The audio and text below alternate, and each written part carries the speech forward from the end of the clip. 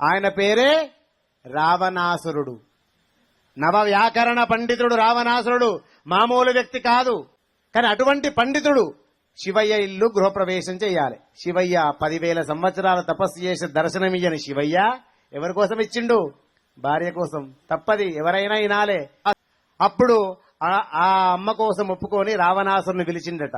రావణాసురుని పిలిచి గృహప్రవేశం చేయాలంటే రావణాసురుడు, అమ్మయ్య 10,000 సంవత్సరాలు తపస్సు చేసినా నాకు వరమియ్యని శివయ్య అమ్మ కోసము గృహప్రవేశానికి పిలిచిండు. అది ఎక్కడ? ఆయన పక్క పంటే కూర్చుంటా. గృహప్రవేశం చేసినప్పుడు ఎక్కడ కూర్చుంటా? ఆయన బాస్ కావచ్చు, కానీ నేనేం చెప్తా తినాలే కదా.